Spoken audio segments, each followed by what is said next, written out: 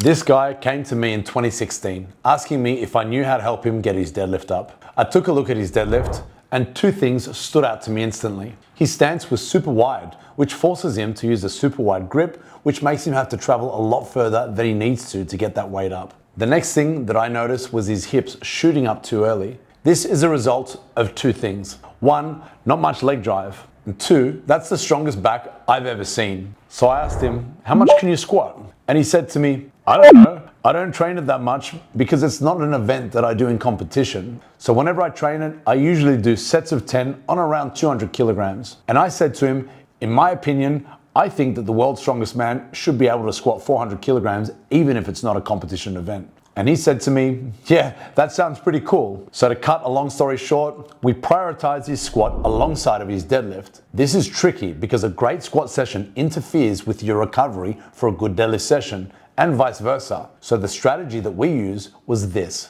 Week 1, we have a heavy squat session and a light deadlift session. Week 2, we flip that and go heavy on the deadlift so we can go light on the squats, and basically continue that forever. I learned that from my mentors, Ernie Lillibridge Sr. and his son, Eric Lillibridge, the owner of a 480 kilogram squat in the 140 kilogram weight class. And using this programming strategy got Thor to a 460 kilogram squat. Now that his legs are so strong, his body naturally wants to use them more, which stops his hips from shooting up too early.